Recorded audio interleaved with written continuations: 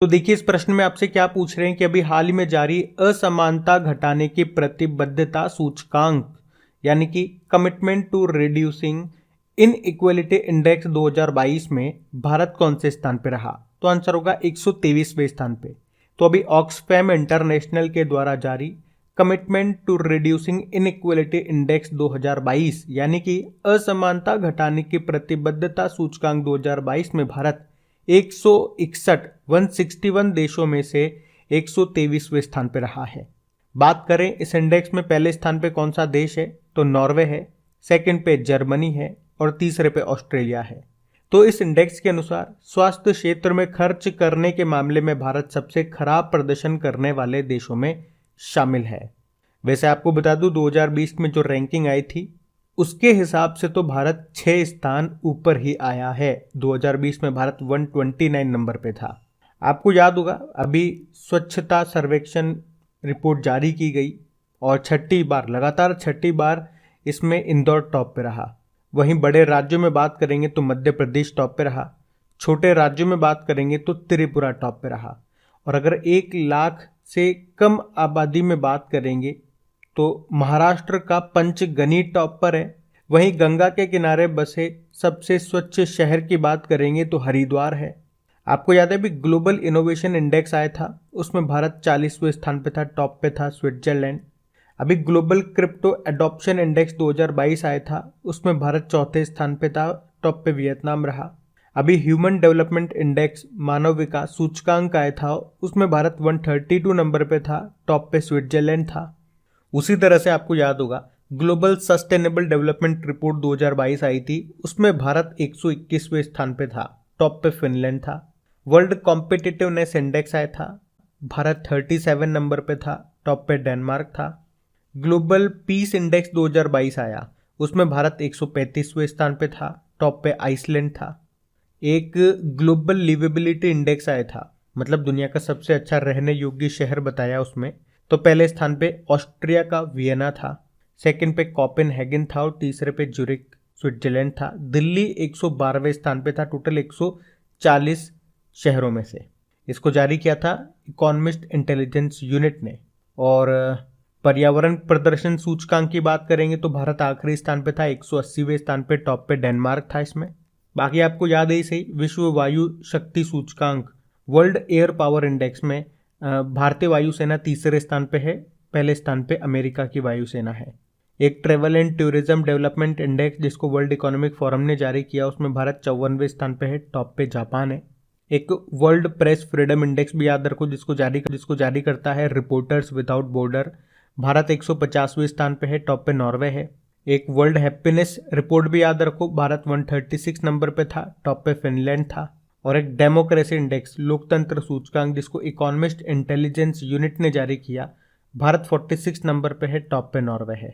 चलो फिर बताओ अभी हाल ही में जारी वर्ल्ड यूनिवर्सिटी रैंकिंग 2023 में टॉप पे कौन सी यूनिवर्सिटी रही? तो आंसर होगा ऑक्सफोर्ड यूनिवर्सिटी। तो अभी हाल ही में जारी Times Higher Education World University Ranking 2023 में यूके की ऑक्सफोर्ड यूनिवर्सिटी ये टॉप पे रही। उसके बाद हार्वर्ड यूनिवर्सिटी है और तीसरे स्थान पे कैम्ब्रिज यूनिवर्सिटी और स्टैनफोर्ड यूनिवर्सिटी है।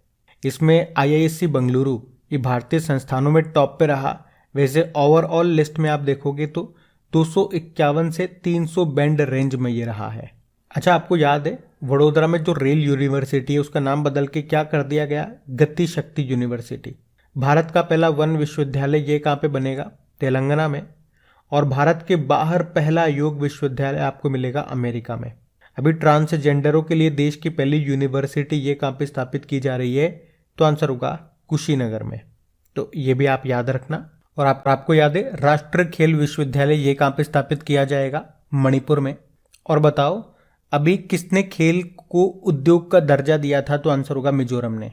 और दिल्ली स्पोर्ट्स यूनिवर्सिटी की पहली वाइस चांसलर बनी कौन? कर्नम मल्लेश्वरी। ओलंपिक में पदक जीतने वाली पहली भारतीय महिला वेटलिफ्टर यही हैं, कर्नम मल्लेश्वरी, ऐसे भी याद रखो। और लद्दाख में जो केंद्रीय विश्वविद्यालय है उसका नाम सिंधु नदी के नाम पर रखा जाएगा और ये पहली यूनिवर्सिटी होगी जिसका नाम नदी के नाम पर होगा। तो ये सब पॉइंट्स याद रखना आप पढ़ते आगे। चलो बताओ केंद्रीय गृह मंत्रालय की नवीनतम जनसांख्यिकी नमूना सर्वेक्षण के अनुसार किस राज्य में कम उम्र में लड़कियों की शादी का प्रतिशत सबसे ज्यादा है? तो आंसर होगा झारखंड। तो केंद्रीय गृह मंत्रालय के द्वारा जारी नवीनतम जनसांख्यिकी नमूना सर्वेक्षण के अनुसार झारखंड में बालिकाओं का वयस्क होने से पहले विवाह करने का प्रतिशत 5.8 है। मतलब झारखंड और पश्चिम बंगाल ये देश के दो ऐसे राज्य हैं जहां आधी से ज्यादा महिलाओं की शादी 21 साल की उम्र से पहले कर दी जाती है। और इस सर्वेक्षण में यह भी पाया गया कि पश्चिम बंगाल में जहां 54.9% लड़कियों की शादी 21 साल की उम्र से पहले की जाती है, वहीं झारखंड में यह आंकड़ा 54.6% का है। जबकि अगर आप बात करोगे ना राष्ट्र औसत की, तो वो 29% ही है। तो इस प्रश्न में आपसे क्या पूछा जा रहा है कि अभी हाल ही में जारी ग्लोबल पेंशन इंडेक्स 2022 में टॉप पे कौन सा देश रहा? तो आंसर होगा आइसलैंड। तो अभी हाल ही में मर्सर CFA इंस्टीट्यूट ने ग्लोबल पेंशन इंडेक्स 2022 को जारी किया है। इसमें आइसलैंड लगातार दूसरे साल टॉप पे रहा है, जबकि नीदरलैंड दूसरे स्थान पे और डेनमार्क तीसरे स्थान पे रहा। ये इंडेक्स दुनिया की पेंशन प्रणालियों को रैंकिंग प्रदान करता है। और अगर बात करें कि इसमें भारत कौन से स्थान पर रहा, तो 41 नंबर पर रहा है भारत। तो इसमें देशों के द्वारा लोगों की बढ़ती उम्र, सरकारी कर्ज और कम जन्म दर के कारण सेवानिवृत्ति की उम्र बढ़ाने की सिफारिश की गई है। और बात करें ये इस इंडेक्स का कौन सा संस्करण है? 14वां संस्करण है। अच्छा, पेंशन की बात है तो आपको याद आएगा अटल पेंशन योजना। अगर आपसे पूछे अटल पेंशन योजना को प्रधानमंत्री जी ने कब और कहां से शुरू किया था, तो 2015 की ये बात है। इसे कोलकाता से शुरू किया था प्रधानमंत्री नरेंद्र मोदी ने। और अभी लेटेस्ट प्रश्न अगर आपसे पूछूं तो बताओ किस राज्य सरकार ने गरीबों के लिए आसरा पेंशन स्कीम को शुरू किया? तो आंसर होगा तेलंगाना ने। आप जानते हो अभी राष्ट्रीय पेंशन प्रणाली दिवस कब मनाया गया था? तो आंसर होगा 1 अक्टूबर को। अच्छा, यहाँ पे आइसलैंड टॉप पे रहा है ना, तो इसी तरह से आपको याद आएगा ग्लोबल पीस इंडेक्स 2022, उसमें भी आइसलैंड टॉप पे था और भारत 135वें स्थान पे था। तो ये आप ध्यान रखना। बढ़ते आगे। चलिए बताइए, भारत के किस राज्य में विश्व की सबसे ऊंची शिव प्रतिमा जिसका नाम है विश्वास स्वरूपम ये स्थापित की जाएगी? तो आंसर होगा राजस्थान। तो राजस्थान में भी कहां पे? राजस्थान के राजसमंद जिले के द्वारकानाथ में श्रीनाथ जी की पावन धरा पर 369 फीट की विश्व की सबसे ऊंची शिव प्रतिमा विश्वास स्वरूपम स्थापित की जाएगी। तो नाथ द्वार में गणेश टोकरी की पहाड़ी पर बनी है ये प्रतिमा। ये इतनी ऊंची है कि 20 किलोमीटर की दूर से आप इसे देख सकते हो। इस प्रतिमा में जो भगवान शिव जी हैं वो ध्यान और अल्लड़ की मुद्रा में बैठे हुए हैं।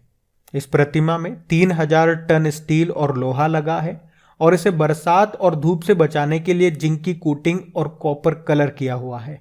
तो ऊंचाई याद रखना 369 फीट इसकी ऊंचाई है। अच्छा, इसी तरह से कुछ और स्टेच्यूज आपके न्यूज में रही, उनको एक बार हम रिवाइज करते हैं। जैसे कि आप जानते हो प्रधानमंत्री नरेंद्र मोदी जी ने आंध्र प्रदेश देश के भीमावरम में स्वतंत्रता सेनानी अल्लूरी सीताराम राजू की 30 फीट ऊंची प्रतिमा का अनावरण किया था। प्रधानमंत्री जी ने ही मोरबी गुजरात में हनुमान जी की 108 फीट ऊंची प्रतिमा का अनावरण किया था। और स्टेच्यू ऑफ नॉलेज के बारे में पता है आपको? BR अम्बेडकर जी की स्टेच्यू है, 70 फीट ऊंची है। ये महाराष्ट्र के लातूर में स्थापित की गई है।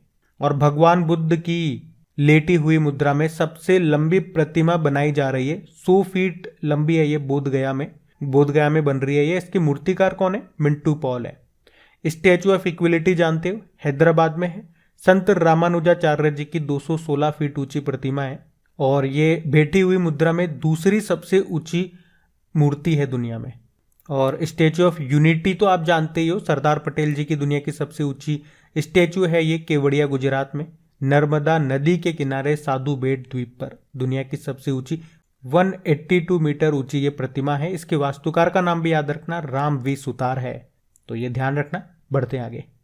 चलो फिर बताओ, हाल ही में किस भारतीय सेना में पहली बार हथियार प्रणाली शाखा को मंजूरी मिली है? तो आंसर होगा वायुसेना में। तो अभी केंद्र सरकार ने वायुसेना में हथियार प्रणाली शाखा यानी कि वेपन्स सिस्टम ब्रांच बनाने को मंजूरी दे दी है। ये ब्रांच सभी तरह के हथियारों के परिचालन और उनके परीक्षण के लिए जिम्मेदार होगी। तो आजादी के बाद ये पहली बार है जब वायुसेना में एक नई ब्रांच शुरू की जाएगी। आपको बता दें, वायुसेना में अब तक सिर्फ 3 ब्रांच है, फ्लाइंग ब्रांच, टेक्निकल ब्रांच और ग्राउंड ड्यूटीज ब्रांच। तो अब ये चौथी ब्रांच होगी वेपन सिस्टम ब्रांच। और क्या काम करेगी ये ब्रांच? विमानों में हथियार प्रणाली का काम करेगी, मतलब हथियार प्रणाली का संचालन करेगी। आप जानते हो अभी 8 अक्टूबर को भारतीय वायुसेना ने अपना 90वां स्थापना दिवस मनाया था। हमारे एयर चीफ मार्शल कौन है? विवेक राम चौधरी हैं। और अगर आपसे पूछा जाए कि हमारे नेवल चीफ कौन है, तो आर हरि कुमार है। नौसेना दिवस आप जानते हो 4 दिसंबर को होता है। आर्मी चीफ हमारे मनोज पांडे हैं और आर्मी डे हम 15 जनवरी को मनाते हैं। आपको याद होगा अभी भारतीय वायुसेना ने राजस्थान के जैसलमेर के पोखरण में वायु शक्ति अभ्यास का आयोजन किया था। अभी वर्ल्ड एयर पावर इंडेक्स आया, इसमें हमारी भारतीय वायुसेना को तीसरा स्थान मिला। पहले स्थान पे है अमेरिकी वायुसेना, दूसरे पे रशिया की वायुसेना, तीसरे पे भारतीय वायुसेना। और बताओ वायुसेना का हेरिटेज सेंटर कहाँ पे बनेगा? चंडीगढ़ में बनेगा। तो ये इंपॉर्टेंट पॉइंट्स आपको रिवाइज कराए, ध्यान रखना इनको बढ़ते आगे। और गाइज अगर सेशन अच्छा लगे तो प्लीज़ इसे शेयर ज़रूर करना अपने दोस्तों के साथ में, या जो भी आपका स्टडी ग्रुप हो गया ना, प्लीज़ एक बार लिंक को शेयर ज़रूर कर दिया कीजिए आप। और लाइक नहीं करा वीडियो को तो लाइक कर देना। चलो बताओ, इसरो के अनुसार किसने पहली बार चंद्रमा पर प्रचुर मात्रा में सोडियम का पता लगाया है? तो आंसर होगा चंद्रयान 2 ने। तो इसरो के अनुसार चंद्रयान 2 ऑर्बिटर पर एक्सरे स्पेक्ट्रोमीटर क्लास ने पहली बार चंद्रमा पर प्रचुर मात्रा में सोडियम का पता लगाया है। यहाँ पे क्लास का पूरा नाम क्या हो गया? Chandrayaan 2 large area soft X-ray spectrometer. तो इससे इसरो को एक्सोस्फीयर के बारे में एक नया अध्ययन करने का मौका मिलेगा। इसका निर्माण किसने किया? बेंगलुरु में इसरो के UR राव सैटेलाइट सेंटर में इसका निर्माण किया गया। चंद्रयान 2 के बारे में आप जानते हो, इसको कब लॉन्च किया गया था? 22 जुलाई 2019 को। किसके द्वारा? GSLV मार्क 3 के द्वारा। इसके साथ एक तो लैंडर गया था और एक रोवर गया था। कई बार एग्जाम में नाम पूछ लिया जाता है इनका। लैंडर का नाम था विक्रम और रोवर था प्रज्ञान। और चंद्रयान 1 कब गया था? अक्टूबर 2008 में। किसके द्वारा? PSLV C11 के द्वारा। अभी आपको याद है 2023 में इसरो और नासा मिलकर के निसार नाम का सैटेलाइट को लॉन्च करेंगे। आपको याद होगा अभी अंतरिक्ष में चहलकदमी करने वाले रूसी अंतरिक्ष यात्री एलेक्सी लियोनोव का निधन हो गया। वे अंतरिक्ष में चहलकदमी करने वाले पहले व्यक्ति थे, इसलिए उनका नाम इंपॉर्टेंट हो जाता है। और अंतरिक्ष से ही आपको याद आएगा कि अंतरिक्ष में सबसे लंबे समय तक अकेले रहने का रिकॉर्ड किनके नाम था? वॉलेरी पोलाकोव के नाम। USSR के थे ये। अभी इनका निधन हो गया तो इनका नाम न्यूज में था। और बताओ, मानव अंतरिक्ष उड़ान दिवस international day of human space flight ये कब मनाया जाता है? 12 अप्रैल को। और 12 अप्रैल को ही क्यों? क्योंकि USSR के एक व्यक्ति थे यूरी गागरिन। वे 12 अप्रैल 1961 को वोस्तोक नाम के अंतरिक्ष यान से पहली अंतरिक्ष उड़ान उन्होंने भरी थी, इसीलिए 12 अप्रैल को ये दिन मनाते हैं। और बताए भारत के पहले अंतरिक्ष मिशन का नाम क्या है? गगनयान। और अभी अंतरिक्ष में जाने वाली भारतीय मूल की तीसरी महिला कौन बनी थी? शिरीषा बांदला। पहली कल्पना चावला थी, दूसरी सुनीता विलियम्स। तो ये सारे पॉइंट्स आप याद रखना, बढ़ते आगे। अब बताओ, हाल ही में किस राज्य ने पहली बार मानसिक स्वास्थ्य और सामाजिक देखभाल नीति की घोषणा की? तो आंसर होगा मेघालय।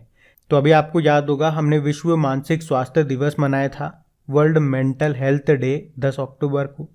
तो अभी उसी अवसर पर मेघालय ने राज्य मानसिक स्वास्थ्य और सामाजिक देखभाल नीति की घोषणा की है। इस नीति का उद्देश्य क्या है? संपूर्ण मानसिक स्वास्थ्य और कल्याण को बढ़ावा देना और मानसिक स्वास्थ्य से जुड़ी सामान्य और गंभीर समस्याओं के प्रति उचित प्रक्रिया और देखभाल के मार्ग की सुविधा प्रदान करना। और याद रखना, मेघालय पूर्वोत्तर भारत का पहला राज्य है जो अपनी मानसिक स्वास्थ्य नीति लेकर के आया। मेघालय की हम लोग बात करेंगे, उससे पहले कुछ इंपॉर्टेंट फैक्ट्स याद रखना, जैसे कि न्यू एजुकेशन पॉलिसी को लागू करने वाला पहला राज्य पूछेंगे तो आंसर होगा कर्नाटक और दूसरा मध्य प्रदेश है। परंतु आपसे पूछा जाए प्री प्राइमरी लेवल पर न्यू एजुकेशन पॉलिसी को लागू करने वाला पहला राज्य, तो आंसर हो जाएगा फिर आपका उत्तराखंड। आपको याद है जैव ईंधन नीति को लागू करने वाला पहला राज्य कौन सा है? राजस्थान है। ड्रोन नीति को लागू करने वाला पहला राज्य कौन सा है? हिमाचल प्रदेश है। अभी सेमीकंडक्टर नीति को लागू करने वाला पहला राज्य कौन सा बना? गुजरात बना। और इथेनॉल नीति को रखने वाला पहला राज्य आपका बिहार है। फिर बताओ, अभी अंतरिक्ष में शूट करने वाले पहले अभिनेता कौन बनेंगे? तो आंसर होगा टॉम क्रूज। तो एक्टर टॉम क्रूज ये जल्द ही अंतरिक्ष में शूट करने वाले पहले अभिनेता होंगे। उन्होंने एक प्रोजेक्ट के लिए निर्देशक डॉग लिमन के साथ साझेदारी की है, जिसमें वे स्पेस वॉक करते नजर आएंगे। आपको इससे पहले याद होगा अंतरिक्ष में पहली मूवी की शूटिंग करने वाली पहली टीम बनी थी रशिया की, और उस फिल्म का नाम है चैलेंज। वैसे अभी विश्व अंतरिक्ष सप्ताह हमने कब से कब मनाया था, 4 से लेकर 10 अक्टूबर तक मनाया था। और इसी तरह से एक मानव अंतरिक्ष उड़ान दिवस भी होता है, international day of human space flight, वो 12 अप्रैल को मनाते हैं। क्यों मनाते हैं? क्योंकि यूएसएसआर के एक व्यक्ति थे यूरी गागरिन, उन्होंने 12 अप्रैल 1961 को वोस्तोक नाम के अंतरिक्ष यान से पहली अंतरिक्ष उड़ान भरी थी, और इस तरह से वे अंतरिक्ष में जाने वाले पहले व्यक्ति बने थे। अभी आपको याद होगा अंतरिक्ष में सबसे लंबे समय तक अकेले रहने का रिकॉर्ड था वॉलेरी पोलाकोव का, जिनका भी निधन हो गया, ये यूएसएसआर से थे। और अभी यूनाइटेड अरब अमीरात की पहली महिला अंतरिक्ष यात्री कौन बनी? नोरा अल मतरूशी। चलो बताओ, अंतरिक्ष में पहली बार चहलकदमी करने वाले जो रूसी अंतरिक्ष यात्री थे, क्या नाम था उनका? Alexei Leonov. उनका भी अभी निधन हो गया, तो ये नाम भी आप याद रख सकते हैं। बढ़ते हैं आगे। चलो फिर बताओ, अभी हाल ही में लुप्त प्राय स्लेंडर लॉरेस के लिए भारत का पहला अभ्यारण्य ये कहाँ पे स्थापित किया जाएगा? तो आंसर होगा तमिलनाडु में। तो तमिलनाडु के करूर और डिंडीगुल जिलों में लुप्त प्राय स्लेंडर लॉरेस के लिए भारत का पहला अभ्यारण्य स्थापित किया जाएगा। तो करूर और डिंडीगुल जिलों के वन क्षेत्रों में ये कडावुर स्लेंडर लॉरेस अभ्यारण्य बनाया जाएगा। तो स्लेंडर लॉरेस ये भारत और श्रीलंका के मूल निवासी लॉरेस की एक प्रजाति है। ये स्लेंडर लॉरेस को वन्यजीव संरक्षण अधिनियम 1972 के अनुसूची 1 के तहत संरक्षित किया गया है। फिर बताइए, अभी हाल ही में अंतर्राष्ट्रीय बालिका दिवस कब मनाया गया? तो आंसर होगा 11 अक्टूबर को। तो हर साल 11 अक्टूबर को इंटरनेशनल गर्ल चाइल्ड डे के रूप में मनाया जाता है। इस दिन को मनाने के पीछे बेटियों के महत्व को समझना है और महिलाओं के सामने आने वाली चुनौतियों और उनके अधिकारों के संरक्षण के बारे में जागरूकता पैदा करना है। बात करेंगे इस बार की थीम क्या है, तो our time is now, our rights our future, ये इसकी थीम है। अच्छा, इस दिन को पहली बार कब मनाया गया था? तो आंसर होगा 2012 में। देखो, यहां तो हम बात कर रहे हैं अंतर्राष्ट्रीय बालिका दिवस की, इंटरनेशनल गर्ल चाइल्ड डे की। एक होता है नेशनल गर्ल चाइल्ड डे, राष्ट्रीय बालिका दिवस, जो हम 24 जनवरी को मनाते हैं, और 24 जनवरी को ही इंटरनेशनल एजुकेशन डे के रूप में भी मनाया जाता है, जबकि नेशनल एजुकेशन डे होता है 11 नवंबर को। अगर मैं आपसे पूछूं कि बेटी बचाओ बेटी पढ़ाओ योजना ये कहां से शुरू होती है और कब शुरू होती है? तो आंसर होगा 22 जनवरी 2015 को शुरू होती है, पानीपत हरियाणा से। चलो बताओ, लाडली लक्ष्मी योजना 2.0 को किसने शुरू किया? मध्य प्रदेश ने। घरों की पहचान चेलिका नाम योजना ये शुरू की है उत्तराखंड ने। हमर बेटी हमर मान योजना को शुरू किया था छत्तीसगढ़ ने। और मैं आपसे पूछूं कि देश की पहली बालिका पंचायत का आयोजन ये कहां पे किया गया? तो आंसर होगा गुजरात में। चलो फिर बताओ, अभी हाल में विश्व गठिया दिवस कब मनाया गया? तो आंसर होगा 12 अक्टूबर को। तो हर साल 12 अक्टूबर को गठिया के बारे में जागरूकता बढ़ाने के लिए ये विश्व गठिया दिवस यानी कि वर्ल्ड आर्थराइटिस डे के रूप में मनाया जाता है। गठिया ये एक ऐसी बीमारी है जो आपके जोड़े यानी कि जो हड्डियों का जॉइंट्स होता है उसको प्रभावित करती है, और गठिया शरीर के जो पैर वाले क्षेत्र होते हैं वहां पे सबसे ज्यादा होता है। बात करते हैं इस बार की थीम क्या है, तो it's in your hand, take action. चलो बताओ, अभी हाल ही में विश्व दृष्टि दिवस कब मनाया गया? तो आंसर होगा 13 अक्टूबर को, यानी कि वर्ल्ड साइट डे। अब ये हर साल अक्टूबर के दूसरे गुरुवार को मनाया जाता है, तो इस बार हमने इसे 13 अक्टूबर को मनाया। तो ये दिन दृष्टि हानि और अंधेपन के बारे में जागरूकता बढ़ाने के इरादे से मनाया जाता है। और इस बार की थीम क्या है? Love your eyes. चलो बताओ, अभी हाल ही में किसे जम्मू कश्मीर और लद्दाख हाईकोर्ट का चीफ जस्टिस नियुक्त किया गया? तो आंसर होगा AM मागरे को। तो अभी हाल ही में न्यायमूर्ति AM मागरे को जम्मू कश्मीर और लद्दाख हाईकोर्ट का मुख्य न्यायाधीश नियुक्त किया गया है।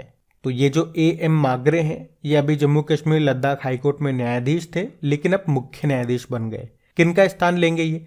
पंकज मित्तल का स्थान लेंगे। आपको याद होगा ये अभी हमने पढ़ा भी था, राजस्थान हाईकोर्ट के नए चीफ जस्टिस बने थे पंकज मित्तल। अच्छा, इनके अलावा मुंबई हाईकोर्ट के जो न्यायाधीश हैं PB वराले, ये भी कर्नाटक हाईकोर्ट के नए चीफ जस्टिस बन गए हैं। इनका याद भी याद रखना आपको। तो इस एक ही प्रश्न में आप देखोगे 2 प्रश्न हम लोगों ने कवर कर लिए। जम्मू कश्मीर और लद्दाख हाईकोर्ट के नए चीफ जस्टिस कौन बन गए? AM मागरे। और कर्नाटक हाईकोर्ट के नए चीफ जस्टिस कौन बन गए? पीबी वराले। और अगर मैं आपसे पूछूं देश के नए चीफ जस्टिस ऑफ इंडिया 50वें नंबर के चीफ जस्टिस ऑफ इंडिया कौन होंगे? DY चंद्रचूड़ होंगे। किनका स्थान लेंगे? UU ललित का, जो कि 49th नंबर के चीफ जस्टिस ऑफ इंडिया है। और चंद्रचूड़ से क्या नाम याद किया था आपने कि भारत के इतिहास में सबसे ज्यादा समय तक के लिए चीफ जस्टिस ऑफ इंडिया कौन रहे? तो YV चंद्रचूड़ रहे थे, 7 साल 4 महीने 20 दिनों के लिए। और उल्टा बोलोगे तो कि भारत के सबसे कम समय तक के लिए चीफ जस्टिस ऑफ इंडिया कौन रहे? कमल नारायण सिंह। इनका निधन हो गया अभी सितंबर के महीने में, तो इनका नाम तो वैसे भी इंपॉर्टेंट बनता है। मात्र 18 दिन तक के लिए बने थे ये, 22वें नंबर के थे ये। अच्छा, कुछ और स्टैटिक प्रश्न आपके क्या बनेंगे, जैसे कि अगर आपसे पूछे कि हाईकोर्ट की पहली महिला जज कौन रही? अन्ना चांडी आंसर होगा, केरल हाईकोर्ट से थी। और हाईकोर्ट की पहली महिला चीफ जस्टिस कौन रही? तो लीला सेठ थी, हिमाचल प्रदेश हाईकोर्ट से। वहीं पूछे कि सुप्रीम कोर्ट की पहली महिला जज कौन रही? फातिमा बीबी। अगर पूछे सुप्रीम कोर्ट की पहली महिला चीफ जस्टिस कौन रही, तो आंसर होगा अभी तक तो कोई नहीं रही है, लेकिन भविष्य में बन सकती है, BV नागरत्न। और सुप्रीम कोर्ट के पहले चीफ जस्टिस कौन रहे? तो आंसर होगा हीरालाल जेकानिया। तो ये पॉइंट्स पे आप याद रखना। बढ़ते आगे। अब बताइए BCCI के नए अध्यक्ष कौन होंगे? तो आंसर होगा रॉजर बिन्नी। तो भारत की 1983 की विश्व कप विजेता टीम ने नायक रहे रॉजर बिन्नी को सौरव गांगुली की जगह BCCI का नया अध्यक्ष चुना है। सौरव गांगुली ये पिछले 3 सालों से BCCI के अध्यक्ष थे और अब होंगे रॉजर बिन्नी। और अमित शाह उनके जो बेटे हैं जय शाह, वे लगातार दूसरे कार्यकाल के लिए BCCI के सचिव बने रहेंगे और राजीव शुक्ला ये बोर्ड के उपाध्यक्ष बने रहेंगे। रॉजर बिन्नी की बात करें तो भारतीय टीम से खेलने वाले ये पहले एंग्लो इंडियन खिलाड़ी थे, ये पॉइंट याद रखना। और साल 2000 में अंडर 19 भारतीय टीम के ये कोच भी रहे थे। उस समय अंडर 19 भारतीय टीम ने वर्ल्ड कप जीता था। BCCI की स्थापना होती है 1928 में, मुंबई में इसका हेडक्वार्टर मिलेगा आपको। और अभी BCCI का नया टाइटल स्पॉन्सर कौन बना था? मास्टर कार्ड बना था। आप जानते हो इंडिगो एयरलाइन के नए CEO कौन बने अभी? Peter Elbers. और ऑल इंडिया फुटबॉल फेडरेशन के नए प्रमुख बने कल्याण चौबे। और DRDO के नए अध्यक्ष बने समीर V कामत। तो ये नाम भी याद रखना। बढ़ते आगे। चलो अब बताओ कि अभी हाल ही में किसने सेबी के पूर्णकालिक सदस्य के रूप में कार्यभार संभाला है? तो आंसर होगा अनंत नारायण गोपाल कृष्णन। तो अभी पूर्व बैंकर अनंत नारायण गोपाल कृष्णन को सेबी में चौथे पूर्णकालिक सदस्य के रूप में नियुक्त किया गया है। तो सेबी और RBI की विभिन्न सलाहकार समितियों के सदस्य रहे नारायण को शुरुआती 3 साल के लिए नियुक्त किया गया है। अच्छा, सेबी की बात करते हैं। तो देखो, वैसे तो सेबी की स्थापना 1988 में भारत सरकार की तरफ से कर दी गई थी, लेकिन आधिकारिक तौर पर सेबी को कानूनी मान्यता कब मिली? 1992 में।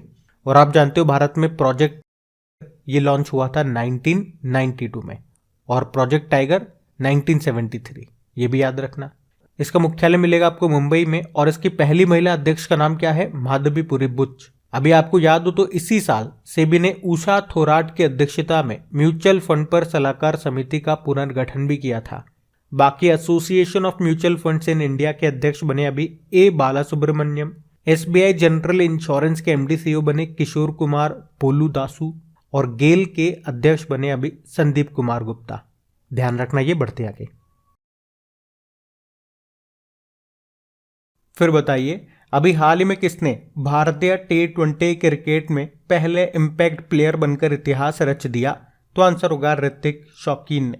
तो दिल्ली के ऑफ स्पिनर है ऋतिक शौकीन, जिन्होंने भारतीय T20 क्रिकेट का पहला इम्पैक्ट प्लेयर बनकर के इतिहास रच दिया। तो अभी 22 वर्षीय ऋतिक शौकीन ये नए नियमों के तहत सैयद मुश्ताक अली ट्रॉफी के मैच में ओपनर हितेन दलाल को रिप्लेस करते हुए पहले रणनीतिक सब्स्टिट्यूट बन गए हैं। क्या मतलब हुआ इम्पैक्ट प्लेयर का? इसे ऐसे समझो, हमारी इंडियन क्रिकेट टीम है, मान लो कितने खिलाड़ी सेलेक्ट करते हैं? 11 खिलाड़ी फील्ड में उतरते हैं। अब मान लो भारतीय टीम में 10 खिलाड़ी तो चुन लिए गए, एक की जगह बाकी है। आप एक अच्छे बॉलर हो, मैं एक अच्छा बैट्समैन हूं, तो हमारी टीम क्या करती है? बैटिंग के टाइम पे तो मुझे चुन लेगी, और जब बॉलिंग की बारी आएगी तो मुझे हटा देगी, यानी कि मुझे रिप्लेस कर दिया जाएगा और आपको ले लिया जाएगा मेरी जगह पे। तो आप बन जाओगे इम्पैक्ट प्लेयर। बात समझ में आई आपको? बड़ा सीधा सा समझाया मैंने आपको। तो हम प्रश्न में यही पढ़ रहे हैं कि भारतीय T20 क्रिकेट में पहले इम्पैक्ट प्लेयर बनकर के किसने इतिहास रच दिया? तो आंसर होगा ऋतिक शौकीन ने। और इनको किससे रिप्लेस किया? हितेन दलाल से। हितेन दलाल को हटा दिया और इनको ले लिया बॉलिंग के टाइम पे। ये अच्छे बॉलर है। आपको याद है रविचंद्रन अश्विन के बारे में हमने पढ़ा था। अभी जो IPL हुए थे उसमें IPL इतिहास में पहली बार रिटायर्ड आउट होने वाले पहले बल्लेबाज यही बने थे, रविचंद्रन अश्विन। अभी बात करें पुरुषों का T20 वर्ल्ड कप 2021 हुआ था यूनाइटेड अरब अमीरात और ओमान में। उसको ऑस्ट्रेलिया ने जीता था न्यूजीलैंड को हरा करके। अभी 400 T20 मैच खेलने वाले पहले भारतीय खिलाड़ी कौन बने? तो आंसर होगा रोहित शर्मा। और किरोन पोलार्ड के बारे में आप जानते हो, 600 T20 मैचेस खेलने वाले पहले प्लेयर बने, वेस्ट इंडीज के हैं और वेस्ट इंडीज ही है ड्वेन ब्रावो। 600 T20 विकेट लेने वाले ये दुनिया के पहले प्लेयर बने हैं। इनका नाम भी याद रखना। बढ़ते हैं आगे। चलो अब बताओ, अभी 36वें राष्ट्रीय खेलों में पदक तालिका में कौन टॉप पे रहा? तो आंसर होगा सर्विसेज। आपको पता है 36वें राष्ट्रीय खेल, 36वें नेशनल गेम्स जो अभी गुजरात में हुए, जिसका शुभंकर मैस्कॉट था सवज, मतलब होता है इसका शावक, और इसका जो गीत था वो था एक भारत श्रेष्ठ भारत। तो इसमें सर्विसेज इसने टोटल 128 मेडल जीते, जिसमें से 61 गोल्ड थे और इसके साथ ये टॉप पे रहा। सेकंड नंबर पे महाराष्ट्र रहा 39 गोल्ड मेडल के साथ, और थर्ड पे रहा हरियाणा 38 गोल्ड के साथ। इसके अलावा दो नाम और याद रखना। अगर आपसे पूछे कि बेस्ट मेल एथलीट, सर्वश्रेष्ठ पुरुष खिलाड़ी का पुरस्कार किसने जीता? तो आंसर होगा साजन प्रकाश ने। ये केरल से हैं। इन्होंने 5 गोल्ड, 2 सिल्वर और 1 ब्रोंज जीता है। और अगर महिलाओं में बात करेंगे कि बेस्ट वुमेन एथलीट कौन रही, सर्वश्रेष्ठ महिला खिलाड़ी कौन रही, तो आंसर होगा हर्षिका रामचंद्रन। 6 गोल्ड और 1 ब्रोंज जीता इन्होंने। ये कर्नाटक से हैं। और ये दोनों के दोनों किस संबंध है, मतलब इनका संबंध किस खेल से है? तो आंसर होगा दोनों के दोनों स्विमर है। और इस बार का जो आपको पता है नेशनल गेम्स है, ये 7 सालों के बाद हुए हैं। जो लास्ट वाला हुआ था वो 2015 में हुआ था केरल में। अब अगला वाला जो होगा अगले साल, मतलब 2023 में 37 नंबर का, वो कहाँ पे होगा? ये भी अच्छा प्रश्न है। वो गोवा में होगा। तो ये भी आपको याद रखना है। तो याद रखना, फर्स्ट पे सर्विसेज, सेकंड पे महाराष्ट्र, थर्ड पे हरियाणा, और सर्वश्रेष्ठ पुरुष खिलाड़ी का पुरस्कार साजन प्रकाश ने, और महिलाओं में हर्षिका रामचंद्रन। और अगले साल कहाँ पे होंगे? गोवा में होंगे। बढ़ते आगे। चलो फिर बताओ, अभी किस राज्य के मुख्यमंत्री ने फुटबॉल फॉर ऑल कार्यक्रम को शुरू किया? तो आंसर होगा उड़ीसा। तो अभी उड़ीसा के जो मुख्यमंत्री हैं नवीन पटनायक, इन्होंने अभी 10 अक्टूबर 2022 को फुटबॉल की संस्कृति को जमीनी स्तर तक ले जाने के लिए राज्य में फुटबॉल फॉर ऑल कार्यक्रम की शुरुआत की है। तो भारत में फीफा का ये पहला ऐसा कार्यक्रम है जिसका उद्देश्य स्कूली बच्चों के बीच फुटबॉल को बढ़ावा देना है। आपको याद होगा फुटबॉल से रिलेटेड एक कप हमने पढ़ा था, डूरंड कप, जो कि इस साल इसका 13वां एडिशन था, जिसको जीता है बंगलुरु फुटबॉल क्लब ने मुंबई सिटी फुटबॉल क्लब को हरा करके। और संतोष ट्रॉफी भी आपको याद होगा, इस साल इसका 75वां एडिशन हुआ था। केरल ने जीता है पश्चिम बंगाल को हरा करके।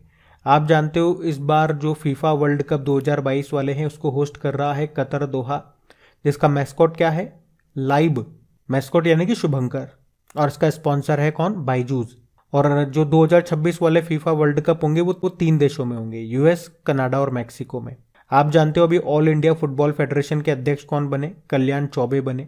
फीफा अंडर 17 महिला विश्व कप 2022 में कौन होस्ट कर रहा है? भारत।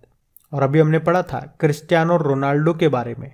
अभी क्लब फुटबॉल में 700 गोल दागने वाले ये दुनिया के पहले खिलाड़ी बने थे।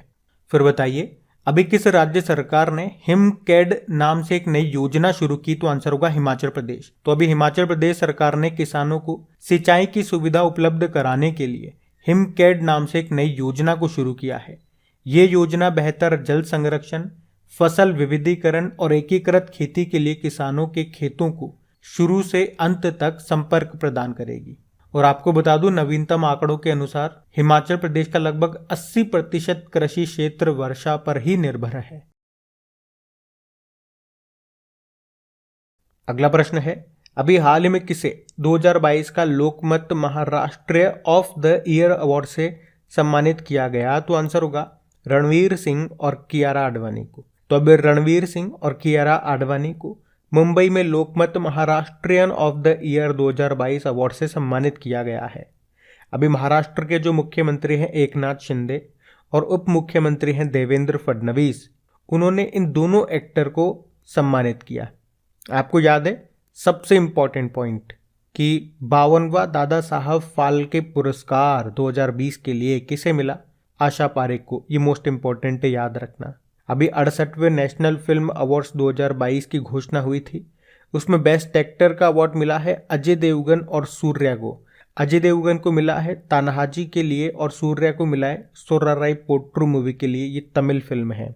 इसमें बेस्ट एक्ट्रेस रही है अपर्णा बाल मुरली सोराराई पोट्रू के लिए। आपको याद होगा 2023 के लिए जो ऑस्कर हैं कौन से नंबर के? 95th नंबर के, आप ऐसे बोल सकते हो 95th एकेडमिक अवार्ड्स। उसके लिए भारत की तरफ से ऑफिशियल एंट्री किसे मिली? छेल्लो शो को। ये गुजराती फिल्म है। और एक प्रश्न मैं आपसे पूछूं, अभी किसे लोक नायक फाउंडेशन साहित्य पुरस्कार से सम्मानित किया गया? ये बताओ आप तो। और अगर 2022 के ऑस्कर की हम बात करेंगे 94th नंबर के हैं। इसमें बेस्ट एक्टर रहे थे विल स्मिथ। बेस्ट फिल्म आपकी कौन सी रही थी? कोडा। और बेस्ट एक्ट्रेस कौन रही? Jessica Chastain the I of Temi fame नाम की मूवी के लिए। और बेस्ट डायरेक्टर जेन कैम्पेन रहे द पावर ऑफ डॉग नाम की मूवी के लिए। तो ये पॉइंट्स पे आप याद रखना। अच्छा, एक प्रश्न मैंने अभी आपसे क्या पूछा था कि किसे लोकनायक फाउंडेशन साहित्य पुरस्कार से सम्मानित किया गया? तो तेलुगु लेखक और अभिनेता हैं तनिकेला भरणी, उनको मिला है। याद रखना ये। बढ़ते आगे। अब बताइए, अभी अक्टूबर 2022 में प्रधानमंत्री नरेंद्र मोदी ने श्री महाकाल लोक का उद्घाटन कहाँ पे किया? तो आंसर होगा उज्जैन में। तो अभी प्रधानमंत्री नरेंद्र मोदी जी ने 11 अक्टूबर को उज्जैन के महाकालेश्वर मंदिर गलियारा विकास परियोजना के पहले चरण का उद्घाटन किया।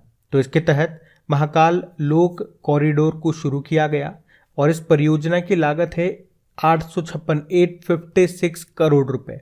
तो महाकाल लोक ये 900 मीटर से अधिक लंबा गलियारा है। ये भारत के सबसे बड़े ऐसे गलियारों में से एक है जो पुरानी रुद्र सागर झील के चारों ओर है। इस परियोजना की लागत 856 करोड़ रुपए बताई मैंने आपको।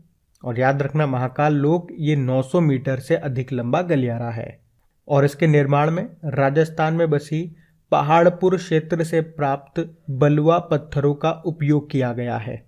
ये पॉइंट भी याद रखने वाला है। तो ये परियोजना मंदिर परिसर के विस्तार, उसके सौंदर्यीकरण और भीड़भाड़ को कम करने के लिए एक व्यापक विकास योजना है। इसमें 2 राजसी प्रवेश द्वार हैं, एक नंदी द्वार है और एक पिनाकी द्वार है। और मंदिर के गलियारों में 108 नक्काशीदार स्तंभ और भगवान शिव की 93 मूर्तियां हैं। महाकालेश्वर मंदिर आप जानते हो ये देश के 12 ज्योतिर्लिंगों में से एक है। अच्छा, भगवान शिव जी से संबंधित एक प्रश्न अभी हमने और पढ़ा था कि भारत के किस राज्य में विश्व की सबसे ऊंची शिव प्रतिमा जिसका नाम है विश्वास स्वरूपम ये स्थापित की जाएगी? तो आंसर होगा राजस्थान में। राजस्थान में भी कहाँ पे? राजस्थान के राजसमंद जिले के द्वारका नाथ में श्री नाथ जी की पावन धरा पर 369 फीट की विश्व की सबसे ऊंची शिव प्रतिमा स्थापित की जाएगी। ऊंचाई भी याद रखना और इसका नाम है विश्वास स्वरूपम। तो वो पॉइंट भी याद रखना। आप पढ़ते हैं अभी आगे। चलो बताओ, हाल ही में सबसे ज्यादा ओंजल तैयार करने का विश्व रिकॉर्ड किसने बनाया? तो आंसर होगा साउथ इंडियन बैंक। तो अभी साउथ इंडियन बैंक ने कोच्चि में सबसे ज्यादा ओंजल तैयार करने का विश्व रिकॉर्ड बनाया है। अच्छा, तमिल में ओंजल का मतलब क्या होता है? झूला। तो अभी साउथ इंडियन बैंक ने ओन्निचिरिक्कम ओंजलदम कार्यक्रम का आयोजन किया जिसमें लगभग 101 ओंजल यानी कि झूलों को फूलों से सजाया गया था। तो इस कार्यक्रम के आयोजन के तहत वर्ल्ड बुक ऑफ रिकॉर्ड्स की टीम ने साउथ इंडियन बैंक के अधिकारियों को staggering and swinging 101 oonjal world book of records पुरस्कार से सम्मानित किया। इन झूलों को पारंपरिक तरीके से लकड़ी और रस्सी से तैयार किया जाता है। तमिलनाडु में शादियों में ओंजल एक रस्म का हिस्सा है और इस रस्म में शादीशुदा जो जोड़े होते हैं उनको झूलों में बिठाकर झूला झुलाया जाता है और महिला झूले को घेर करके पारंपरिक गीत गाती है। यहाँ पे अगर बात करते हैं साउथ इंडियन बैंक की तो स्थापना होती है 1928 में और आपको बताया बीसीसीआई की स्थापना भी 1928 में हुई।